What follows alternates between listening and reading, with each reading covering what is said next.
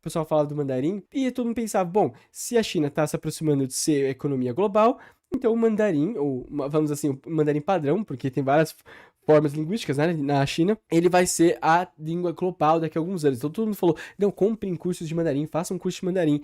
E 15 anos depois, 10 anos depois, assim, desse frenesi aí de vamos aprender mandarim, acho que se converteu de uma forma natural à necessidade do estudo do espanhol. E eu não falo isso só porque o pessoal percebe que eu gosto de puxar um pouco a sardinha pro espanhol aqui, mas não é à toa. É baseado em dados mesmo.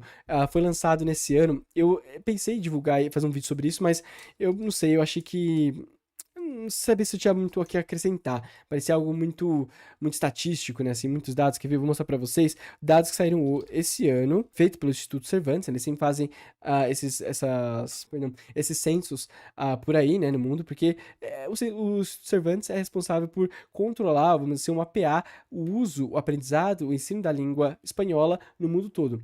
No mundo lusófono, isso é um pouco mais quebrado, assim, não é tão concentrado assim. No mundo lusófono, você tem outros institutos separados, por exemplo, em Portugal e no Brasil, que cuidam do ensino o ensino do português, da certificação, da proficiência em português no mundo todo. Então não é igual o mundo espanglófono, né? Ou não era essa palavra que eu ia usar, era hispânico, o mundo hispânico, que tem um instituto central e oficial de divulgação do ensino de materiais para poder aprender o espanhol como segunda língua, né? Que é o Instituto Cervantes. Eu tô tentando achar aqui o informe deles de 2023. Esse aqui, informe 2023. Foi do ano passado, né? Sim, mas eu queria achar um PDF dele. Só pegando aqui para vocês, porque eu acho que vale a pena dar uma olhadinha nisso aqui, já que a gente tá nesse assunto aqui. Versão PDF. Aqui, acho que eu consegui. Vamos mostrar isso pra vocês. Como eu disse, vão deixando comentários, vão comentando o que a gente tá conversando aqui, discutindo aqui. E discordem comigo também, como é sempre saudável. Esse informe mostra pra gente como que tá a força do espanhol como segunda língua no mundo todo. Como eu disse, esse estudo o controle do ensino de espanhol como segunda língua no mundo é feito de forma central pelo Instituto Cervantes, que é um instituto espanhol, né? Como o próprio nome deve sugerir aí. E pra gente ver aqui, por exemplo, o espanhol no mundo em 2023. Vamos dar uma olhada aqui nos gráficos. Deixa eu ver se a gente tem um gráfico legal aqui pra mostrar pra vocês. Mostrava em números. Então, como eu disse, falar que o mandarim vai ser a língua oficial daqui pra frente é uma coisa que talvez não seja espada nos números, porque a gente pode ver, por exemplo, que o espanhol a língua mais falada de forma nativa no mundo, né? Tirando, assim, Deixa eu só ver aqui. Vamos pegar os números aqui, né? Então, olha só, espanhol. 600 milhões de pessoas são usuários potenciais de espanhol no mundo. Usuários potenciais, ou seja, talvez não sejam fluentes, não sejam falantes sejam falantes mais de uma forma funcional do espanhol também, mas isso conta como 7,5% da população mundial. Então, quase 500 mil pessoas com domínio nativo, 500 milhões, desculpa, pessoas de domínio nativo, ou seja, que falam de forma nativa, usuários de competência limitada, ali uns 76 milhões, e quem aprende, né, aprendizes de língua espanhola são ali os 23 espanhóis. E olha só, o espanhol está em segundo lugar, só depois do mandarim, do chinês que a gente estava falando aqui, como língua materna mais falada no mundo. Isso não é pouca coisa. Lembra, gente? A gente tem que pensar que o inglês, que é como essa língua praticamente hegemônica, ela não tem a quantidade de falantes nativos que tem o espanhol. Isso tem uma herança, claro, do domínio do espanhol da Espanha, na sua época de colonização, no seu auge de colonização, mas a gente pode perceber aqui que eu quero dizer é que há essa vontade, às vezes, de alguns entusiastas de dizer que o mandarim vai se tornar, por exemplo, a língua mais falada, ou que alguma outra língua vai tomar o poder, a gente tem que olhar para os dados concretos. O que acontece é que a China não faz um esforço ativo para, por exemplo, divulgar, para além das fronteiras de influência que ela já tem naturalmente, a sua língua e a sua cultura, como produtos culturais mesmo, ou seja, filmes chineses, séries chinesas, música chinesa. Claro, chinesa assim pode ser de qualquer lugar da China, que é muitos lugares, né? Igual a gente fala do Brasil também, mas tem as músicas assim mais populares, de forma mais global assim na China. Mas a gente percebe que hoje em dia a tendência da língua é se expandir mais para um lado hispânico mesmo, para falar mais espanhol, para aprender mais o espanhol como língua de comunicação, língua de trabalho, língua de trocas interculturais, do que de fato o mandarim. Isso tem a ver, claro, com a herança colonialismo europeu. Isso tem a ver com o fato de ser uma língua já, uma língua indo-europeia, uma língua latina, uma língua que, de certa forma, está presente, está muito conectada, está muito mais próxima do inglês do que, por exemplo, o mandarim, que tem origens completamente diferentes, famílias e troncos linguísticos completamente diferentes, e o inglês tem muita palavra latina, né?